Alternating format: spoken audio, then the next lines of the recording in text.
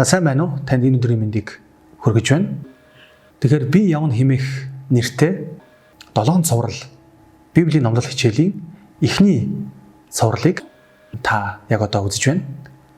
Энэхүү хичээлийг хуучин гэрээний Йона номноос бэлтгэсэн бөгөөд энэхүү хичээлээр дамжуулан Бурхан өнөөдөр ч гэсэн таныг өөрийн авралын ажилд бусдыг аврах авралын үйлсд таныг ашиглахыг хүсэж байна гэдэг тэрхүү дуудлага хийгээд санааг танд хүргэх чинхүү ганц зорилготой юм аа. За ингээд өнөөдөр бид бүхэн эхний хичээл буюу Йона номын үндсэн танилцуулгын талаар хамтдаа яг одоо судалцгаая. Ингээд та надтай хамтдаа богинохон залбирал үлдэхгүй юу? Хайртай Бурхан минь, бид Йона номыг судлах аяллыг эхлүүлж байна. Энэхүү номыг бид судлаад энэхүү 7 өдрийн дараа үнэхээр энэ номыг харж байсан үнцэг, дүгнж байсан дүгнэлт мөн тэр номноос мэддэг бидний мэдлэг улам илүү ихээр тэлж мэдлэгийг даван гарсан сүнслэг шийдвэрүүд өдөр бүрийн хичээлүүдээр дамжуулж бидний амьдралд бий болох болтугай. Та өөрийн үнэн үгийг өөрийн үнний сүнсээр дамжуулж бидэнд илчилж тайлж өгөөч. Иесусийн нэрээр залбирanгуйлаа. Амен. За тэгэхээр Йона номоор бэлтгэсэн энэхүү цуврал Библийн хичээл номлол маань та бүхэн таалагдана гэдэгт бол итгэлтэй байна. Тэгээд би явна гэдэг энэ урай, энэ төлөвлөгөө, энэ стратегийг зарлагдсанаас хойш яг энэ сэдвийн дагуу цуврал номлол хийвэл яг Библийн ямар ном тохирох бол гэж би бас нэлээд удаан бодсон. Ихэнх пасторууд эсвэл номлогчид Библийн Даниэл ном эсвэл Илчилт ном гэх мэтчлэн зөгнөлийн том номнуудыг судлаж цуврал Библийн хичээл бэлтгэдэг бол би энэ удаад бас яагаад Йона номоор цуврал бэлтгэж болохгүй гэж бодсон учраас үүнийг бас сонгож авлаа. Бидний мэдж байгаачлан ихэвчлэн Йона ном маань хүүхдийн цуглаанд, хүүхдийн түүхэн дээр эсвэл хүүхдийн дуу, хүүхдийн боддог номон дээр хүүхдэд зориулсан л үлгэр домгийн мэт түүх мэт те ингэж анзаарагддаг. Гэтэл яг үндэ Йона номын энэхүү 4 бүлэг Йона номын үндсэн түүх бол өөрөө маш гайхалтай утга санаа, маш гайхалтай эзнийг таниулах, гэрчлэх ийм боломжтой том ном, том түүх гэдгийг би судлах тусмаа, унших тусмаа ойлгосондоо бас маш их баяртай байна. За тэгэхээр хуучин гэрээ гэхээр бид заримдаа хуучин цаг үеэ өнгөрөөч гэсэн гэж одоо дүгнэлт хийх гэдэг шүү дээ. Тэр дундаа яг өнөөдрийн бидний амьдарч байгаа энэ орчин цаг үед бол эртний судар, хуучны бичээсүүд, хуучны ном зохиол төдийлөн одоо хүмүүсийн амьдралд өнөөдөрт наалтахгүй байгаа мэт ийм сэтгэл хүмүүс төрдөг. Тийм учраас хүмүүсийн аманд ямар дүгнэлтүүд шууд аман дээр нь гарч ирдэг вэхээр наад ном чинь цаг үеэ илээч гэсэн, өнгөрч гэсэн. Өнөөгийн одоо энэ үед бол төдийлөн одоо ач холбогдол өгөхгүй, утга санаа тааж тохирохгүй гэж хүмүүс бас үзэх юм тохиолдол гардаг. Гэхдээ Бурханы үг бол түүхийн аль ч цаг үед ач холбогдлоо өчүүхэн жоохон ч гэсэн алдаж байгаагүй, үргэлж хамгийн гайхалтай үнэнийг хийгээд бас хамгийн сайныг нь бидэнд таниулж өгдөг ийм гайхалтай ном. Йона хэдийгээр Библиэлд бага иш үзүүлэхийн номонд багтдаг. За мөн хэлбэр хэмжээгээрээ төдийлөн том номнуудын тоонд ордоггүй ч гэсэн Йона өөрөө маш том иш үзүүлэгч байсан гэдэг нь харагддаг.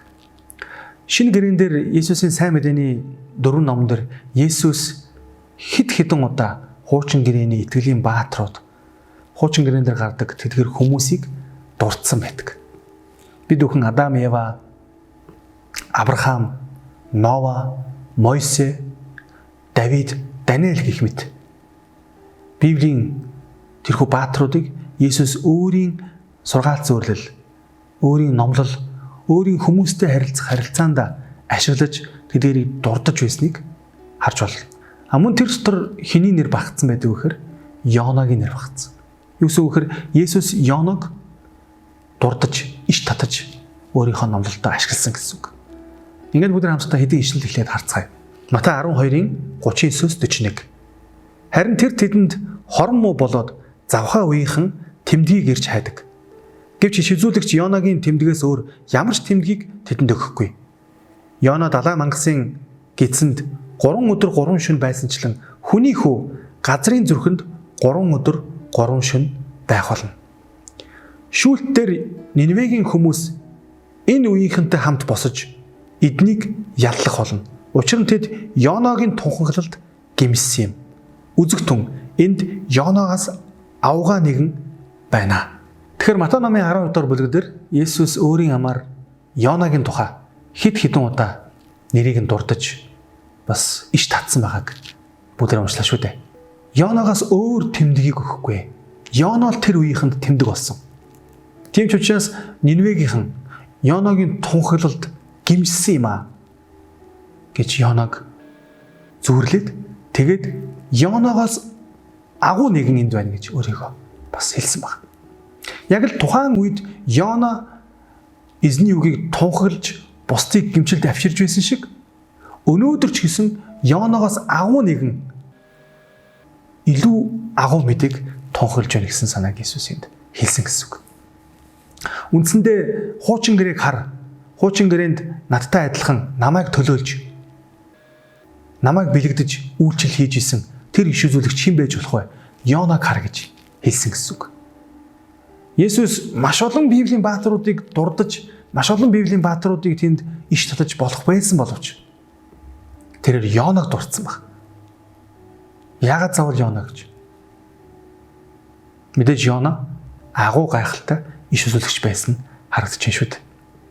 Өнөөдөр та бодоод үзээрэй. Таны сүмийг дурдахдаа энэ сүм бол сайн сүм. Яагаад гэвэл манай сүмийн тэр гишүүнийг хараарай. Тэр гишүүнийг харахад л энэ сүм сайн сүм гэдэг нь харагдана гэж танаар жишээ татвал ямар сайхан бэ? Эсвэл тэр клуб үнэхээр сайн клуб дээ. Яагаад гэвэл тэдний багш нь тийм сайн багш гэж танаа клубын багшийг одоо бас зүүрлэж иш татвал ямар сайхан сонсогдох. Монгол дахь Бурхны ажил гайхалтай явагдаж байна. Зүгээр л захын тэр сүмийг нь хар гээд таны сүмийг жишээ татаж тэнд бас Бурхныг алдаршуулж ивэл ямар гоё вэ? Дэлхийд Бурхны ажил гайхалтай явагдаж байна. Зүгээр Монголыг л хар гээд Монголыг жишээ татвал ямар гайхалтай вэ? Яг л үүнтэй адилхан. Бурхан Иесус өөрийн амаар хуучин гэрээний бүхий л бааtruуд дотроос Йонаг татаж, иш татаж, Йона л миний өнөөдрийн хийж байгаатай адил зүйлийг, ижил зүйлийг хийж чадсан гэж Йонагаар бахархсан гэсэн үг шүү. Тэгэхээр Матай номон дээр 2 ч удаа Иесус Йонаг дурдсан байдаг. Дараагийн ишлэлийг хамтдаа бүгдээ харцгаая. Матай 16-гийн 4. Бузар болон завхаа үеийнхэн тэмдгийг ирэлхийлдэг. Йонагийн тэмдгээс гадна өөр тэмдэг өгөгдөхгүй гэж хэлээд тэр тэднийг орхин явлаа. Матай номын 16 дугаар бүлэг дээр буюу өмнө уншсан Матай номын 12 дугаар бүлгээс даруй 4 бүлгийн дараа Иесус дахин нэг удаа сургаалаа айлдаж байхдаа Йонаг дурдсан баг. Энэ юу гэсэн үг вэ? Йона түүний илтгэлийн, түүний номлолын байнга татдаг нэг дүр, нэг жишээ нь байж чадсан гэсэн үг. Магадгүй би жоохон хэтрүүлж ярьж иж магадгүй. Гэхдээ л Иесус Йонагийн талаар 2 удаа Матай номон дээр хэлсэн харагдаж байгаа. За мөн үүнтэй ижил төстөөр Лук номон дээр бас хэлсэн байдаг. Хамтаа өдрөө дараагийн ишлэлийг уншицгаая. Лук номын 11-ийн 29, 30. Цугласан хүмүүс улам олон болох үед тэр энэ үеийнхэн бол хорон муу үеийнхэн юм. Тэд тэмдгийг хайдаг боловч Йонагийн тэмдгээс өөр тэмдэг тэдэнд өгөгдөхгүй. Учир нь Йона Ниневечүүдэд тэмдэг болсончлон хүний хүч бас энэ үеийнхэнд тэмдэг болно. За Лук номын энэ ишлэлдэр бүр илүү гоё тодорхой харагдаж байна те. Йона Ниневечүүдэд тэмдэг болж чадсанчлан өнөөдөр ч гэсэн хүний хүү энэ үеийнхэнд тэмдэг болж байгаа маа гэж хэлсэн баг. Тэгэхээр Есүс Йоног энд иш татаж зүүрлэлдээ ашигласан нь тохиоллын бус байсан гэдг нь харагдаж байна. Йоног үнэхээр амжилттай сайн иш үзүүлэгч байсан. Тэгэхээр Йоног номыг судалснаар бид бүхэн хэд хэдэн зүйлийг бас ойлгох бололцоотой. Энэхүү номыг та бүрэн дүүрэн ойлгож мэдснээр Бурхныг ойлгох ойлголтод нь бас бүрэн дүүрэн зэгцтэй болох боломжтой. Магадгүй энэ номыг та энэ цувралыг үзсний дараа таны Бурхныг олж хардаг байсан өнцөг, Бурхныг дүгнсэн дүгнэлт, таны бодол бас өөрчлөгдөх, зэгцрэх ийм боломжтой байх гэж би найдаж байна. Мөн дээрээс нь та энэ дэлхий дээр Есүсийн ирсэн гол зорилгыг олж харж ухаарах болцоотой. Мэдээж Есүсийн үүрэг даалгавар зорилгоос гадна та энэ дэлхий дээр ер нь яагаад ямар үүрэг зорилготой, ямар даалгавартай, юуны төлөө та энэ дэлхий дээр байгаа гэдгээ та бас ухаарах ийм боломж нэгдэх баг. Мэдээж бас Йона номын гол утга агуулгуудын нэг болох энэ дэлхийтэй бид хүн хоршиж, нийцэж, нөхөрлөж амьдрах боломжгүй юм а гэдэг тэр бодит үннийг бас харж бид хүн шийдвэр гаргах боломжтой. Ерөнхийдөө бол энэ Йона номыг судалснаар та өөрийгөө илүү их ойлгож, өөрийгөө илүү нээх ийм боломжтой байхаа гэж би найдаж байна. За одоо ингээд бүгд хамтдаа Йона болон Йона номын эргэн тойрондох бусад мэдээллүүдийг бас харцгаая. Тухайн үеийн цаг төрийн нөхцөл байдал ямар байв? Мөн Йоногийн амьдарч исэн цаг үеийн нөхцөл байдлын талаар Библиэлд юу гэж дурдсан бэ гэдгийг бүгд харъя. За Йона маань бол 2 дугаар Яробам гэдэг хааны үед амьдарч исэн. За энэ хүү хаан маань бол манай эртний өмнөх 786-аас 746 оны хооронд хаанчилсан ийм хаан байдаг. Үндсэндээ Израильдыг хаанчилсан хамгийн урт удаан хугацаанд хаанчилсан хаан гэж нэрлэгддэг. Нийтдээ 41 жил хаанчилсан энэ хаан Бурхны өмнө ёс бусыг үйлдсэн бурханлаг бус хаан байсан гэдэг нь бол түүхэн дээрээс харагддаг. За гэхдээ Йона энэ үед яагаад амжилттай иш үзүүлэгч болж чадсан бэ гэхээр Яробам хааны цаг үед Израиль хүчрхэг болж за тэгээд Дамаскыг хүртэл эзэлж Хаматаас мөксөн тэнгисийг хүртэл маш өргөн удам газар нутгийг тухайн үед бол эзлэх, өөрийн иргэшээлд оруулах ийм сайн сайхан иш үзүүлэхийг Йона маань бол иш үзүүлж исэн. Цорын ганц 2 дугаар хаад номын 14-25 дугаар ишлэлдэр нэгэн удаа Йоногийн нэрийг хуучин гэрэн дээр бол дурдсан байна. Бид хүн өмнө харсан шинэ гэрэн дээр Матай, Лук номдэр бол Йоног бол Иесус хэд хэдэн удаа дурдж байсан гэж. Гэтэл хуучин гэрэн дээр Йона номоос гадна зөвхөн энэхүү 2 дугаар хаад номдэр л дурдгдсан байдаг байна. За ингээд бүгд хамтдаа энэ ишлэлийг харцгаая. Өөрийн зарц Гат Хеферт байсан Аматайн хүү иш үзүүлэгч Йоногоор дамжуулан айлцсан Израилийн бурхан эзний үгийн дагуу тэрээр Израилийн хилийг Хаматын хоолойноос Арабын далай хүртэл сэргээн тогтоосон юм а. Энэ 2 дугаар хаад номдэр бол Йоног дурдсан байна. За хэрвээ энэ мэдээлэл байгаагүй буюу 2 дугаар хаад номын 14-25 дугаар ишлэлдэр Йоногийн талаар хэрвээ дурдаагүй байсан бол Йоног хизээ амьдарч исэн, ямар цаг үед амьдарч исэн бэ гэдгийг бол тодорхойлох ямар ч боломжгүй болох байсан. Яагаад гэвэл Йона номын нэг онцлог нь бусад бага иш үзүүлгийн номнуудтай харьцуулах юм бол Йона ном маань хизээ бичигдсэн мэдээлэл тухайн номон дээр бол байдаггүй. Хэрэв бид бүхэн хуучин гэрээний бага иш үзүүлэгчдийн номыг ингээ харах юм бол тэнд тэр хааны тэдгээр хаанчлалд эсвэл тэр хааны тэдэн онд ч юм уу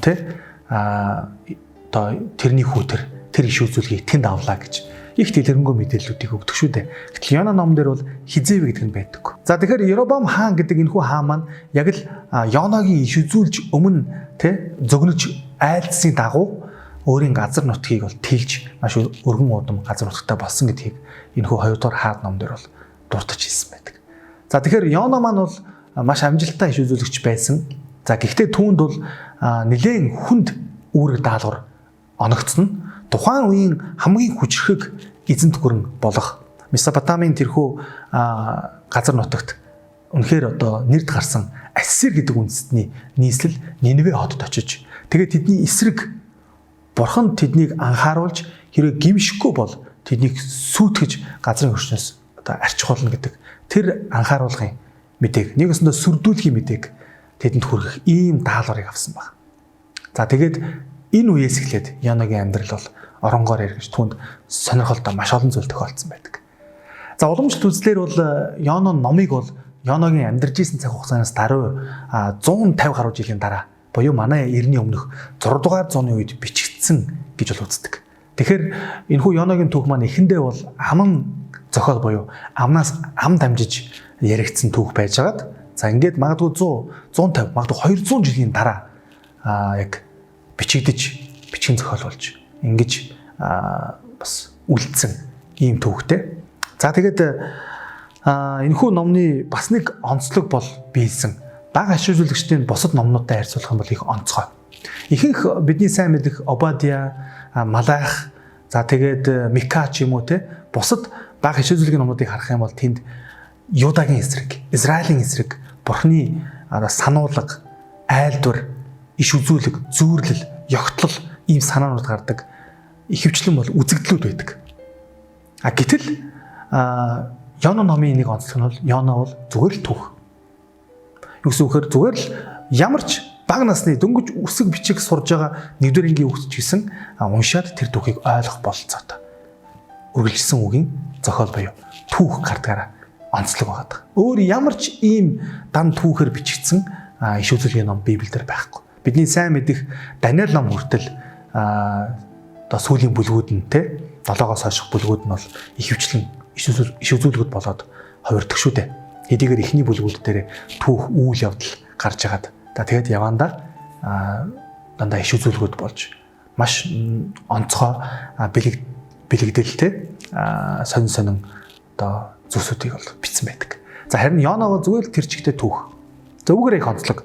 За бас нэг сонирхолтой жишээ бол Йона ном маань хэдийгээр маш богинохон 4 бүлэгтэй ном ч гэсэн маш зохион байгуулалттай, маш нарийн бүтэцтэй ийм ном байгаад. За тэгээд үүнийг нь бас бид рүүхэн дараагийн одоо цувралуудаараа илүү их анзаарч харах болно. За тэгээд энэхүү номын гол санаа бол Бурхны уур хилэн, Бурхны одоо хилгэнэл, за тэгээд түүний одоо эрх мэдлээ тогтоож байгаа түүний одоо ноёрхол, за тэгээд өөрийг нь эрэлхийлсэн буюу гимшилт ирсэн хүмүүс харуулж байгаа өршөөл нэгүслийг өгүүлдэг ийм ном. За тэгээд өнөөдөр би та бүхэнтэй хуваалцах хамгийн чухал зүйл бол энэ номны хамгийн гол онцлог юу вэ?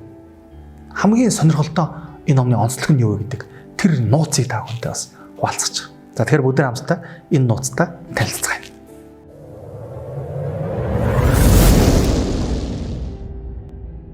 Тэгэхээр Йона номын 1-р бүлгээс 4-р бүлгийг хүртэлх энэ үйл явдал маань үйл явдлын дараалал маань Эхлэл номны 11-р бүлгээс ухраад 1-р бүлэг хүртэл үйл явдлын эсрэг өрнөдөг гэсэн үг.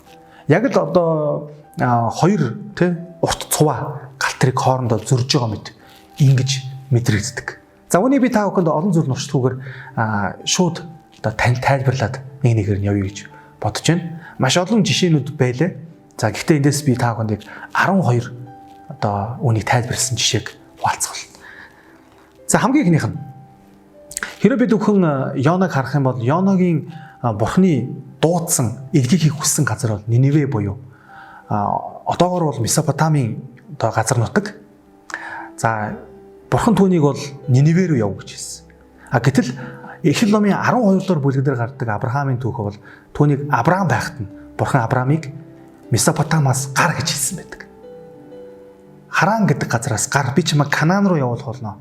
Чи миний амлсан миний одоо төлөвлөсөн тэр газар руу чи төрлөх гэр орноо төрөл садангаа бүгдийг орхиод одоо яваа гэж хэлсэн байдаг. Тэгэхээр эндээс Бурхан Йонаг Месопотам руу яв гэж хэлсэн байтал харин Бурхан Авраамыг Месопотамаас гар гэж дуудсан гэсэн. За үүгээрээ бол энэ хоёр ингээд яг ингээд зөрж байгаа юм тий. За дараачих нь хэрэв бид бүхэн Йонаг харах юм бол Йона өөрийгөө 1-р бүлгийн 9-р ишлэлдэр би бол еврей хүн гэж бүр маш тодорхой хэлсэн байдаг. Би бол еврей хүн. Гэтэл энэ үгийг Библиэд хамгийн анх еврей хүн гэдэг энэ еврей гэдэг үг энэ еврей хүн гэдэг тодорхойлтыг бол Эхлэл номын 14:13 дээр Авраамыг дурдсан байдаг. Тэгэхээр Йоногийн түүх эхлэхдээ тэрээр Месопотам руу явах ёстой. Тэрээр еврей. Гэтэл Авраамийн түүх тэрээр Месопотамаас гарах ёстой. Тэр бас еврей хүн гэдгээр энэ хоёр яагаад ч юм бэ сонирхолтой давхцчихж байгаа.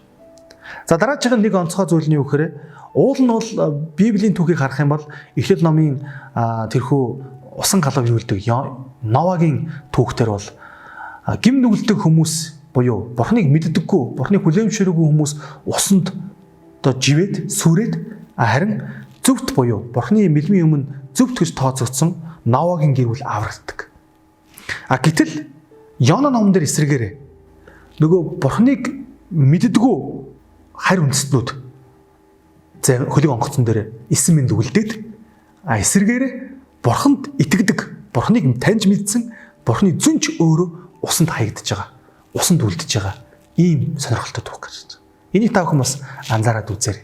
Энэ хоёр үйл явдал маань бас эсрэгцэж байгааг. За дараачих нь юу байсан бэхээр Новагийн гэр бүл бол уснаас амьд үлдэж аврагдахыг хүссэн. Тэд амьд үлдэхийг хүссэн. Тийм учраас тэд завинд орсон байдаг.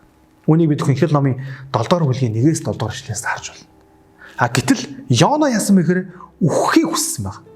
Үхэхийг хүсээд тэгээд завнаас өөрийн саналаараа өөрийн хүсэл дээр үсэрсэн буюу шидэгдсэн. Намайг зүгээр эндээс аваад шидчих гэсэн. Энийг та бүхэн Йона номын 1:15 дахь ишлэлээс бас харж байна.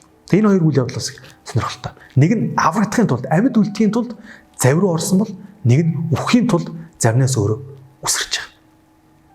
За дараагийн жишээ нь юу гэхээр үер болоод ингээд Эхлэл номын 7 дугаар бүлгийн 20 дугаар ишлэлээр хэлсэн дагуу бол усны төвшин хамгийн өндөр уулын оройг талд ортол те усны төвшин ингэж хүрээд хөвгч авдар тэн дээр ингээд хөвж исэн баг.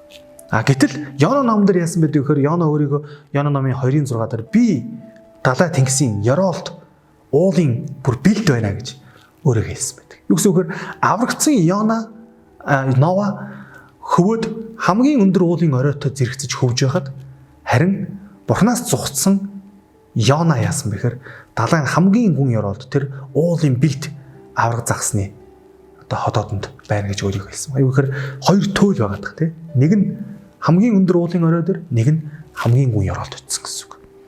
За ингээд дараагийн нэг сонирхолтой зүйл нь яасан бэхээр Эхлэл номын 8 дугаар бүлгийн нэвтрүүлгийг харах юм бол үер болоод дууссаны дараа Бурхан Новаг сансан байдаг. Бурхан Новаг санаад тэгэд Бурхан тэнд Новагийн төлөө тэр хуурай газрыг бий болгож Бурхан гайхамшиг үлдсэн. Гэтэл Йона номын 2:7 дээр Йона Бурханыг сансан байдаг. Йона номын 2:7 дээр ингээд Йона эзнийг санаж, Бурханыг санаж гэж хэлсэн байдаг. Тэгэхээр Эхлэл номон дээр Бурхан Новаг санаж исэн бол харин Йона номон дээр Йона Бурханыг сансан баг. За дараагийн нэг бас нэг сонирхолтой давхцал нь юу гэхээр Эхлэл номын 8:6 дээр бол 40 өдрийн турш бороо орж усан галав юулсан байдаг шүү дээ. Харин 40 өдрийн турш гимших тэр гимшлийг Йона тунхагласан байдаг. За ингээд энэ 40 тоо 2 удаа бас энэ түүхэн дээр давтагдгаараа их сонирхолтой санагдаж байгаа. За мэдээж Эхлэл номдэр гарч байгаа бас нэг гайхалтай түүх бол мод болон түүн дээр бол могоо гэж гарч ирдэг шүү дээ. Эхлэл номын 3 дугаар бүлгээр гардаг. За гэтэл Йона номын 4 дугаар бүлэг дээр тэнд яасан бэхээр Бурхан Йонагийн төлөө тэнд ургамлыг буюу модыг ургуулж түүн сүдэр бий болгоод тэгээд мөн тэнд өт гэж гарч ирдэг. Бас нэгэн хевлэр явагч те амтан гарч ирдэг.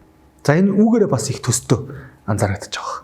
За мөн бас нэг онцгой төстөө нэг зүйл нь юу гэхээр Бурхан Адам Ева хоёрыг сайн мууг мэдүүлэгч модоор дамжуулж шалгасан байдаг бол Бурхан тэрхүү ургамлаар дамжуулаад тэр мөлхөгч ургамлаар дамжуулаад Йонаг бас шалгаж Йона дээр бас Бурхан шалгалт хийсэн байдаг.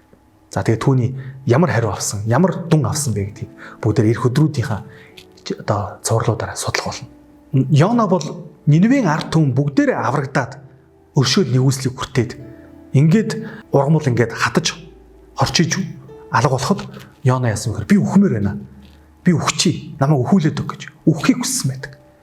Харин эсвэргээр Эхлэл номон дээр Адам Ева хоёр тэрхүү сайн мог мэдүүлэгч модны жимсийг эзнийхэн дараа яасан бэхээр тэд өөрсдийгөө ухаарад тэд өөрсдөө нүцгэн байгаагаа олж хараад тэгээд үхэн гэдэг тэр бурхны аюулыг тэд мэдчихсэн учраас бурхнаас аймаг байсан.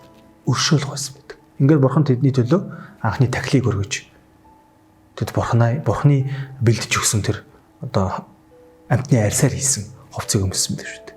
Нэг нь үххийг хүссэн бол бурхны өмнө буруу гүйлдээд үххийг хүссэн бол нэг нь тэр шалгалтын дараа амьд үлдэхийг хүссэн байдаг. Үүгээрээ бас их онцгой. За мөн бас нэг зүйл нь юу гэхээр бурхан Эхлэл номын 1-2 дугаар бүлэг дээр бүх хүн төрлөختнийг бүтээж мөн төнд дэлхийд дотор байгаа түүний дүүргэж байгаа бүх ан амьтад загас жигүүртэн шувуудыг бурхан бүгдийг бүтээсэн гэж гардаг бол Йона номын 4-р бүлгийн 11 дэх эшлэл буюу бүр дэлгэнгүй ирэх юм бол энэ номны хамгийн сүүлчийн эшлэлдэр бурхан Ниневийн ард түмэн болон тэнд байгаа мал амьтдыг бүгдийг нь одоо өрөвдөж тэдэнд анхаарал хандуулж тэднийг уучлж тэдний хувь тайланд бурхан санаа зовж байгаагаа илэрхийлсэн. Тэгэхээр энэ бурхан Ниневийн хүн ардыг ч гэсэн мөн амьтдад нь ч гэсэн санаа тавьсан гэдгээр бурхан бол бүтээгч юм а гэдэг. Хүнийг ч бүтээсэн, амьтдыг ч бүтээсэн юм гэдэг Эхлэл номын одоо бүтээлийн түүхтэй их холбоотой харагддаг. За харин сүүлийнх нь юу гэхээр Эхлэл номын эхлэхдээ бол бурхан дэлхий усаар бүрхэгдсэн байхад тэнд хуурай газрыг бий болгож за ингээ бурхан хуурай газар болон усыг бүгдийг бүтээсэн гэж гардаг шүү дээ. За харин Йона өөрийгөө юу гэж хэлсэн бэ гэхээр Йона номын 1-р бүлгийн 9-р эшлэлдэр би тэнгэр газар далаа тэнгисийг бүтээсэн тэр бүтээгч бурхнаас айж имээд юм а гэж. Бурхныг бүтээгч юм а. Яг л Эхлэл номын эхлэхдээ ихэнд бурхан тэнгэр газрыг бүтээжээ гэж хэлдэг бол Йона ном ч гэсэн яг энэ бүтээгч бурханд итгэж би имээдэг гэсэн энэ санааг илэрхийлсэн байдаг. За гэх мэтлэн үүнтэй адилхан үүнээс гадна маш олон одоо Эхлэл номны 1-ээс 11 бүлэг дээр түүхтэй утга давхцах эсвэл сөргөлдөх, уруулах, уруу хамааралтай байх, уруу утгыг илэрхийлэх мэтлэн маш онцгой юм одоо бичлэгийн хэм маягтай ийм түүх. Тэгээ та бүхэн бас үүнийг бас илүү дэлгэрэнгүй судлаарай гэж би бас гэрийн даалгавар өгмөр байна. За мөн мэдээж энэхүү Йона номын бас нэг онцгой шин чанар бол энэ ном тэр чигээрээ бас юм ёгтлол маш тийм хошин мэдрэмжтэй бичсэн ийм ном. Яг гэвэл энэ номны би хэлсэн ямар нэгэн түүхэн их сурвалж үүн дээр байхгүй. Йона ном эхлэхдээ л Аматан хөө Йонод ирсэн эзний үг гэл эхэлж байгаа. Хизээ ирсэн, хаана ирсэн гэдэг мэдээлэл нь бас байхгүй.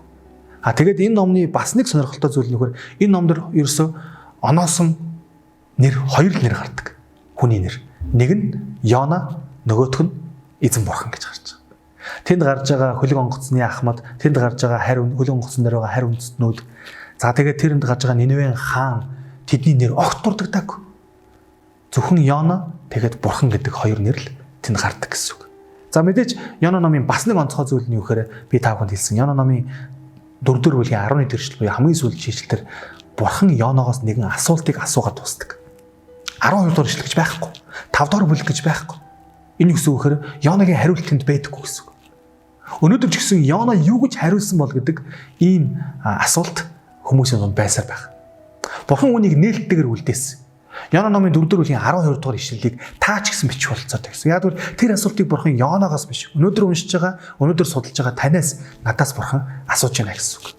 Тэгэхээр таны хариулт нэг ондоо, миний хариулт нэг ондоо. Таны хажууд суугаа хүний хариулт бас нэг ондоо байж болно. Бурхан тэр бүх хариултуудыг бүгдийг сонсохыг хүн бүрээс хүсэж байгаа. Яг л тэр хариулт бол энэ номны хамгийн чухал зангилаа болдог. Тэр асуулт энэ номны хамгийн чухал асуулт, хамгийн чухал хэсэг нь байдаг. Тэр үүгээрээ энэ ном бас их онцлог. За мөн энэ номны бүтцийн хувьд бол би та бүхэнд бас танилцуулахад энэ ном 4 бүлэгтэй. За 1 2 дугаар бүлэг бол үндсэндээ нэг хэсэг. За тэгээд 3 4 дугаар бүлэг бол 2 дахь үндсэн хэсэг. Энэ номыг бол үндсэндээ 2 том хэсэгт бол хувааж болно. За гэхдээ энэ 2 хуваагдж байгаа хэсэг маань хоёулаа дотроо 3 гид одоо үзэгдэлтэй. 3 үзэгдэл. Эсвэл нэгдүгээр хэсгийн нэгдүгээр үзэгдэл гэж байдаг. Нэгдүгээр хэсгийн хоёрдугаар үзэгдэл, нэгдүгээр хэсгийн гуравдугаар үзэгдэл. Яг үүнтэй адилхан хоёрдугаар хэсгийн нэгдүгээр үзэгдэл, хоёрдугаар хэсгийн хоёрдугаар үзэгдэл, хоёрдугаар хэсгийн гуравдугаар үзэгдэл гэдэг боёо. Энэ хоёр үндсэн хэсэг маань дотроо 3 яг ийм үзэгдэлтэй, үйл явдалтай. За энэ 3 үйл явдал бол гуруулаа бас 2 хэсэгдэр хоёуланда аюулгүй тийм ижилхэн бүтцтэйгээр бичигдсэн. Зүгээр энгийн жишээ татах юм бол нэгдүгээр хэсгийн нэгдүгээр үзэгдэл дээр эзний үг Аматайн хүү Йонод ирэв гэж хэлж хахад хоёрдугаар хэсгийн нэгдүгээр үзэгдэл буюу 3 дугаар бүлгийн нэгдүгээр ишлэл дээр эзний үг Аматайн хүү Йонод 2 дахь удаага дахин ирэв гэж.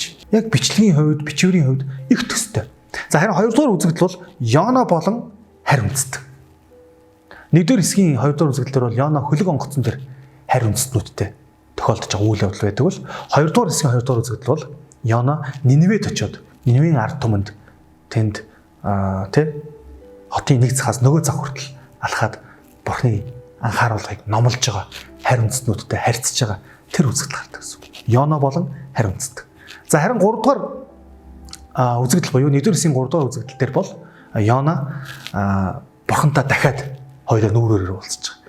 Нэгдүгээр хэсгийн 3 дугаар үзэгдэл дээр авраг загсны эзэнд 3 хонж Бурхантай ярилцаж, тэнд залбирч, гимшиж, дуулсан байдаг бол 2 дугаар хэсгийн 3 дугаар үзэгдэл дээр Йона Ниневе хотыг алсаас хараад уулан дээрээс хараад ингээд нэгэн сүүдэр үүсгэж байгаа ургамлын дор суугаад Бурхантай ярилцж байдаг. За үүгээрээ ингэж бичлэгийн хувьд, бүтцийн хувьд их сонирхолтойос бичигдсэн. Тэгээ үүнийг би яагаад энэ номын танилцуулгын дээр дурдахдаа өмнө хэлсэн бэхээр энэ ном бол зүгээр нэг хүүхдийн түүх. Зүгээр нэг хүүхдийн боддог ном, эсвэл дуун дээр хүүхдийн дуун дээр гардаг үлгэр домог юм шиг тийм түүх биш юм аа.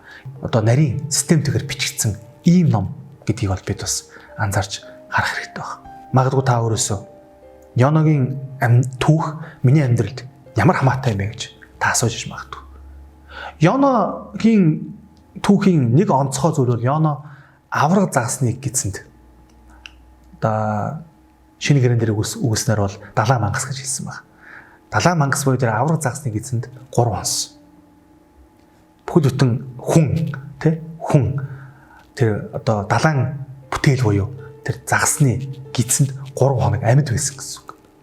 Тэгэхээр энэ үйл явдал бол Библийн үр хаач байхгүй. 3 хоног хаашаач гарахгүй. Хаашаач явах болцоогүй. Ийм нөхцөл байдалд төрсөн гэсэн. Үүнийг би юу гэж зөвлөд байгаа вэ гэхээр яг өнөөдрийн бидний бас коронавирусын өдрүүдэд мэдрээд байгаа. Бид нар бас бидний амьдралын хэм маягт нөлөөлсөн нэг үзэгдэл бол хатуу хөл хорой гэдэг зүйл шүү дээ. Хаашаач гарах болцоо, гэрээсээч гарах болцоогүй ийм цаг үед бид нар бас амьдарч үтсэн. Тэгэхээр Йона бол халимны гидсэнд хатуу хөл хорионд 3 хонж үтсэн багт. Заримдаа бидний амьдралд ч гэсэн бид дээшээ харахад тэнгэр хол, доошоо газар хатуу хинч тань туслахгүй мэт ийм нөхцөл байдалд та орж байгаа мэт ийм одоо бодит зүйл таны амьдралд тохиолдож иж болох. Өнөөдөр ч гэсэн та Йонотой адилхан авраг загсныг хийсэн та бас байж болно гэсэн үг. Тэгэхээр бид бүхэн Йонод тохиолдсон үйл явдал буюу Йоногийн амьдралаас сургамж авчснараа үүгээрээ өнөөдрийн амьдралд бидний тохиолдож байгаа асуудал бэрхшээлийг яаж даван туулж, яаж Бурханд итгэж найдаж, яаж Бурханы хүчээр, Бурханы гайхамшигар асуудал бүрийг ялан дийлэх вэ гэдэг тэр гарц гаргалгаа шийдэл хариултыг Йона номоос ирж хайх болно. Тэгэхээр энэ юу хэлж ийнэ вэ гэхээр хэдийгээр Йона ном маань олон мянган жилийн өмнө бичигдсэн боловч өнөөдөр ч гэсэн таны амьдралд үр өгөөж өгч өчигдөрхөн бичигдсэн ном шиг таны амьдралыг бас өөрчлөх хүч чадалтай гэдгийг би хэлэх гээд байна. За өнөөдрийнхөө хичээлээр хамтдаа бүгдээрээ Йона номын ерөнхий танилцуулгыг маш товчхон ярилцлаа. Тэгээд эх 6 өдөр бүгдээрээ хамтдаа яг энэ 4 бүлгийг нэг бүрчлэн нэгээр судалж тэндээс бас гайхалтай олон зүйлсийг бас олж харна гэдэгт би бол огтхонч эргэлзэх байна. Тэгээ та би Йона номыг мэднэ, би үүнийг аль хэдийн уншчихсан, би үүнийг мэддэг гэж өөртөө одоо хаалт хийлгүүгээр өдөр болгон энэ хүү цуврал хичээлтэй хамт байж Йона номоор хамтдаа аялаарай. Эцэст нь хэлэхэд яагаад Йоногийн түүхээс би явна гэдэг энэ хүү шийдвэрийг олж харж болох вэ гэдэг дээр би нэг л зүйлийг та бүхэнд хэлхийг хүсэж байна. Хуучин гэрээний баатар дотор Йона шиг ийм хүнд дуудлагыг, ийм хатуу дуудлагыг, ийм биелэгдэшгүй хүний ухаанд оршгүй ийм дуудлагыг авсан иш үзүүлэгч маш зөөх. Өнөөдөр Йонаг Ниневе рүү явах дуудлага авсан гэж бид нар зүгээр л ярьж байгаа боловч тухайн үедээ таныг зүүд нойронд чинь эсвэл үзэгдэл донд чи Ниневе явна гэдэг энэ мэдээ, энэ даалгаврыг та Бурханаас авах юм бол таны толгойд нэг л хариулт ирнэ. Тэр нь үхчихсэн дээр. Эсвэл газрын хаашаа чамаагүй мухарлуу зүхтах ийм л сонголт таны өмнө ирнэ гэсэн. Гэхдээ нэг зүйл нь маш тодорхой байна. Йона Ниневе рүү явах ямар ч хүсэлгүй байсан. Бүр нэг хувинч магадлал хүсэл түүнд байгаагүй. Гэхдээ түүний амьдралд гайхамшиг тохиолдсон учраас тэрээр энэ үүрэг даалгаврыг биелүүлж чадсан байна. Ингээд бүгд хамтдаа ирэх өдрүүдэд түүний амьдралд яг юу тохиолдов? Яагаад тэрээр энэ үүрэг даалгаврыг биелүүлэхээр зориулж би явъя гэж шийдсэн юм болоо гэдгийг хамтдаа удаа судлах болно. Ингээд хамтдаа бүгдээрээ Богинохон залбирцгаая. Хайртай Бурхан минь ээ, өнөөдөр би түүхэн Йона номынхаа судлалыг эхлүүлж үндсэн ойлголт, ерөнхий танилцуулгыг судлаа. Маргаашнаас эхлээд би түүхэн 6 өдрийн хугацаанд Йона номоо бүрэн судалж дуусгах болно. Та бүхий л мөрчүүдтэй, мөн сүмийн гишүүдтэй, мөн үнийг үзэж байгаа бүхий л хүмүүстэй та хамт байж Йона номоор дамжуулан тэдэнд та өнөөдөр ч гэсэн Бурхан тэднийг ашиглахыг хүсэж байгаа. Өнөөдөр ч гэсэн тэдний амьдралд тохиолдож байгаа асуудал бэрхшээл зовлон болгон дээр эзэн хамт байгаа гэдгийг та цуврал бүрээр мэдрүүлж өгөөрэй гэж хүсэж байна. Танаа баярлалаа. Энэ бүгдийг таны хүү Есүсийн нэрээр залбирлаа. Амен. За баярлалаа өнөөдрийн цуглаантай хамт байсанд. Тэгээд бүгдээрээ дараагийн цуглаанаараа иргэн уулзцгаая. Та сайхан амраарай.